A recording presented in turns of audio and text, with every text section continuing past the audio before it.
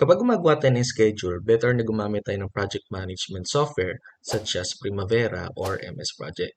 But on some cases, hindi available yung mga software na to sa atin. So on this tutorial, gagawa tayo ng project schedule gamit ang Excel. At hindi lang basta schedule na may Gantt chart. So gagawin din natin to ng S-curve. Ito yung gagamitin nating working file on this tutorial. Sa mga gusto makasabay, pwede nyo i-download yung working file sa description. Dito sa working file natin, meron akong activity name, duration, start, finish, and cost. And ito yung gagamitin natin para makagawa tayo ng Gantt chart. Yung weight naman and factor, yun yung gagamitin natin para makagawa tayo ng S-curve. So pagdadaanan natin yan mamaya kung paano gumawa ng S-curve. Kung meron kayong sariling schedule, pwede nyo baguhin yung mga activities na nakalagay dito. Kasi itong template naman na to is fully customizable. So pwede nyo palitan yung activities dito ng activities ng projects nyo. But on this tutorial, ito muna yung gagamitin nating schedule. Now, lagyan muna natin ng timeline itong sa taas. So, ang ginagawa ko dito is kung ano yung start date ng ating project, yun yung nilalagay kong first date dito. So, i-equal ko na lang to sa start date para kung sakaling mag-adjust yung ating start, mag-a-adjust din yung ating timeline. So, ito yung timeline date. So, December 1. And then, for the interval naman, meron kang option if gusto mo siyang daily, weekly, or monthly. Halimbawa, gusto mo siyang weekly, mag-a-add ka lang ng 7 dito sa unang date. And then, i-drag mo lang hanggang makarating ka dun sa completion date ng project mo. But since itong project naman natin is maikli lang, from December 1 to January 7, so halos isang buwan lang, gagawin ko na lang daily yung interval ko. So, instead na plus 7, ang gagawin natin is plus 1. And then, itadrag natin yan hanggang makarating tayo doon sa January 7, which is sakto hanggang doon naman yung ating timeline. Ngayong meron na tayong timeline, gagamit tayo ng conditional formatting para gumawa ng Gantt chart. Pero sa conditional formatting, kailangan niyang malaman kung anong cell yung i-format niya. Para magawa yon, gagamit tayo ng formula. Yung formula na yon is dapat maglagay ng 1 dun sa mga cell na pumasok sa date ng activity na yon. For example, itong excavation, nakalagay dito December 1 to December 1. So, dapat yung timeline mo na December 1, meron siyang 1 dyan. Now, for December 2 and December 3, dapat yung 2 and 3, meron ding 1 yan. Then, yung footing typing activity, from December 4 to December 7, so lalagyan ko ng 1. Yung December 4 to December 7. Kaya lang, pag ganito yung ginawa nyo, mano-mano yung lalagyan lahat ng activities. And hindi yun advisable kasi what if marami kang activities, so lahat yun, iisa-isahin mong lalagyan ng 1. And, isa pang mangyayari doon is if nag-adjust ka dito ng date, i-adjust mo rin manually yung Gantt chart mo or yung number 1 kung saan mo ilalagay na date.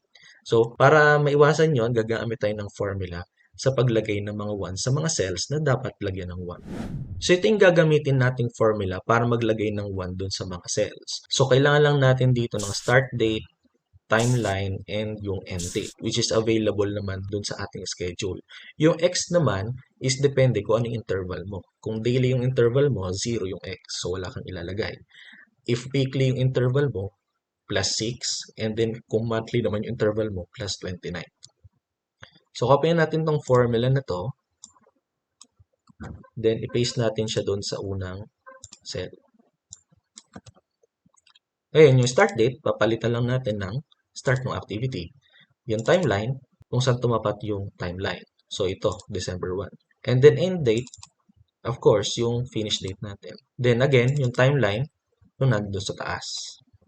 And since naka-daily naman yung interval natin, tatanggalin ko na tong plus x kasi wala naman tayong ipa-plus. So, tatanggalin ko na yan.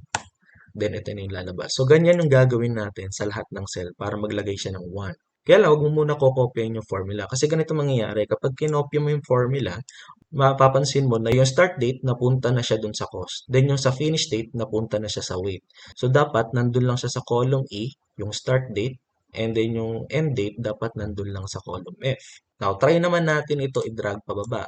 Mapapansin, pag drinag natin siya pababa, yung nasa taas naman yung gumalaw. So, dapat nandun lang siya sa row number 2. So, para hindi gumalaw yung mga cell reference, nilalagyan natin to ng $sign. So, if ayaw mo mag-move yung column, lalagyan mo ng $sign yung letter. So, halimbawa, itong E, yung start date, ayaw natin gumalaw siya sa column E. So, lalagyan natin ng $sign yung letter E. Doon sa timeline naman, which is yung nandito sa taas, yung red, ayaw naman natin gumalaw yung row number 2. So, dapat yung row number 2, lalagyan natin siya ng $sign. Now, meron tayong ginagamit na shortcut sa paglagay ng mga $sign. So, pwede nyo gamitin yung F4 shortcut key. Ang gagawin nyo lang, isa-select nyo yung formula or yung cell, and then press nyo lang yung F4, lalagyan nyo ng $sign yung number and letter. Pag pinindot nyo ulit yung F4, yung number lang yung may $sign. And then if pinindot nyo ulit, yung letter naman yung may $sign. If pinindot nyo ulit, babalik siya sa normal formula. So, ang gagawin natin, since ayaw natin gumalaw yung column F, lalagyan natin $sign yung color F. So, gamitin natin yung shortcut key na F4. So, press lang natin hanggang mahanap natin yung tamang combination. So, yan. So, yung F lang yung may $sign. Now, gawin din natin yung dito sa K2. So, dapat yung number 2 lang yung may $sign. So, press ulit natin yung F4. And then, isa pa. So, ito na yung tamang combination. So, if we hit enter, pwede na natin yan i-drag. So, try ulit natin i-drag. Then, check natin yung formula.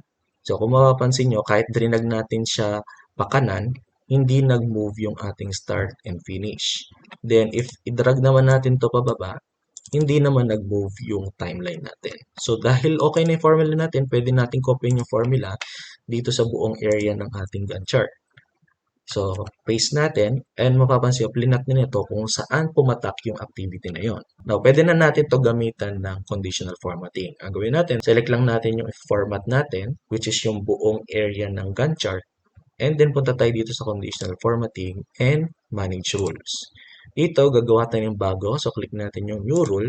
And then, select natin itong format only cells that contain. Dito, instead na between, ang ilalagay natin is equal to.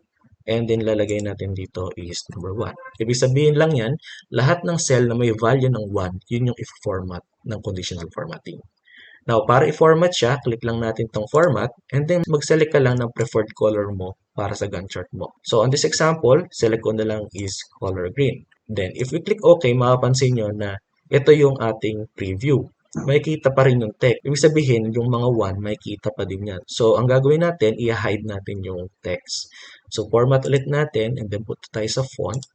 And then dito sa color, make sure na parehas siya ng kulay dun sa cell para ma-camouflage yung text. And then click natin OK. And then yan, mawawala na yung text dito. Now, click ulit natin yung OK. And then apply para ma-apply yung ating conditional formatting sa mga cells na selected. So, ito na basically yung ating Gantt chart. Ngayon meron na tayong Gantt chart, gawa naman natin ito ng S-curve. Sa paggawa ng S-curve, kailangan natin ng weight and then itong factor. Yung weight, ang formula lang naman yan is yung cost or yung amount ng activity na yon, divide mo sa total amount ng project, which is itong nandito sa taas. Then, make sure na i-fix mo yung reference para hindi siya gumalaw kapag kinopya mo siya pababa. So, yan. Pwede na natin yung kopyahin dito. And then, yung iba, kopyahin din natin yan dito sa mga cell na to. Now, for the factor naman, ito yung magiging formula natin. So, equal yan sa weight divided by sa sum nung nasa Gantt chart natin. Ang ginagawa niya lang is dinidivide niya lang yung weight kung ilan yung duration ng activity. On this example, ang duration, halimbawa, for activity number 2, footing, pag kinopya mo yan dito, hahatiin niya yung weight dun sa duration nung activity na yun. So, parang ito yung magiging weight niya per interval. So, kopyahin na natin yan hanggang dulo. Yan. Kasi same formula lang naman yan. So, kopyahin natin siya hanggang dito. And then, if meron na tayong weight and factor, pwede na tayo maka-generate ng periodic POC. By the way, yung POC stands for percent of completion. So, ang gagawin natin is i-distribute natin yung factor doon sa mga Gantt chart natin. So, for example, itong 1.8. So, may 1.8% dito. So, pag kinuha mo yung total, makukuha mo yung 1.8%. Then, next, 2.25. So, 2.25 dito. Then, makukuha mo dito. So, ang gagawin natin is pag-multiply natin yung factor dun sa timeline natin. So, for example, sa December 1, ang magiging percent of completion natin dyan is 1.8 times yung value nito, which is 1. Kasi lahat ng green dyan is 1. So, lalabas dito 1.8. Then, dun sa activity number 2 or sa day number 2, which is December 2, ang gagawin naman niya is yung footing, which is 2.25, times ko ano yung value na nandito, which is 1. So, yun naman yung ito total niya. So, ang gagawin lang natin dyan is multiply, then add. So, for example, dito sa may nag-overlap. So, ang gagawin natin dyan, 2.1 times 1, which is 2.1. And then 1.8 times 1, which is 1.8. Then, saka natin ito total para makuha yung total percent of completion. So, kung mapapansin nyo, kailangan natin mag-multiply and then saka natin i-add. So, meron formula na gumagawa ng ganun, which is sum product formula. So, gamit tayo ng sum product formula. So, ilagay natin equal sum product, and then select mo lang yung mga row or column na ipag-multiply mo. So, ang gagawin natin, select natin itong factor, and then comma, select naman natin itong nasa timeline natin. So, make sure na yung factor, i-fix natin, which is itong una. So, lagyan natin ng $sign para hindi siya mag-move kapag idadrag natin siya pa kanan. So, yan. Lumabas na yung 1.8. Ito yung 1.8 na yun. So, i-drag natin yan hanggang dulo. And then, ang checking dyan, dapat yung total ng POC or periodic POC is equal to 100%. So, which is equal to 100% naman. Now, yung cumulative, very straightforward lang yan. So, syempre, yung unang value is yung unang value ng periodic POC mo. And then, yung mga succeeding values, pagpa-plus mo lang yung previous plus yung current. So, ayan yung lalabas. Then, i-drag na natin yan hanggang dulo. So, ang checking ulit dyan is dapat 100% yung dulo. So, ngayong meron na tayong percent of completion, pwede na tayong makagawa ng S-curve. So, among these two, ang gagamitin natin sa paggawa ng S-curve is yung cumulative POC. So, select natin lahat ng cumulative POC. Then, dito sa taas, punta tayo sa insert. Then, select natin itong line. And then, select lang tayo dito. So, ito na lang select natin.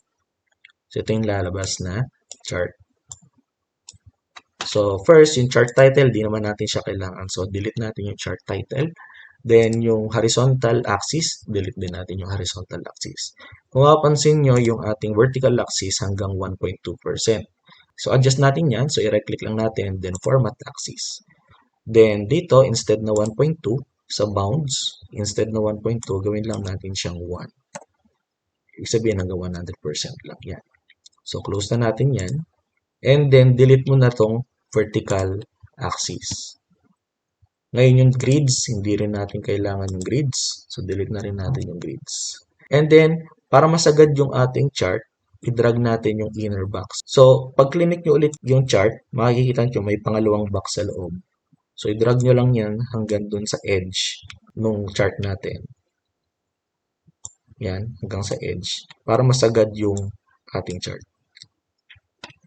Yan. And kung mapapansin nyo, natatakpan niya yung ating Gantt chart. So, punta tayo sa format, and then shape fill, and then make sure na no fill siya. So, para maging transparent yung background. And then yan, pwede mo na i-drag dun sa edge ng iyong Gantt chart para tumapat siya dun sa mga dates natin.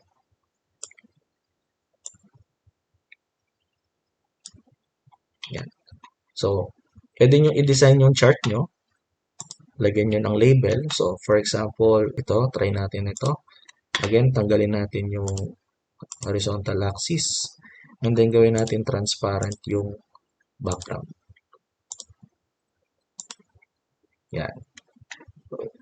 So, yan, kung mapapansin nyo, kita nyo na dito sa Gantt chart pa lang natin kung ilang percent na siya sa araw na yon. So, for example, December 1, may kita mo na 2% na siya by December 1. And then, kung mapapansin mo, dito naman sa December 20, naka 50% na siya.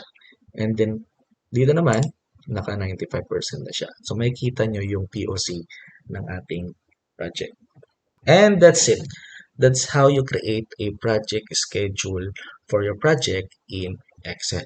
So, magagamit nyo ito kapag wala kayong software, pwedeng ito yung gamitin nyo para ma-present nyo yung schedule nyo sa mga clients nyo. If nagustuhan mo itong video na to, let me know in the comments. And if interesado ka sa mga ganitong content, consider subscribing to the channel. Check mo na rin yung iba ko pang videos on project planning, Excel tutorial, and Primavera P6 tutorial. Now, meron pang isang way kung paano gumawa ng Gantt chart sa Microsoft Excel. And pwede mo yung mapanood on this video.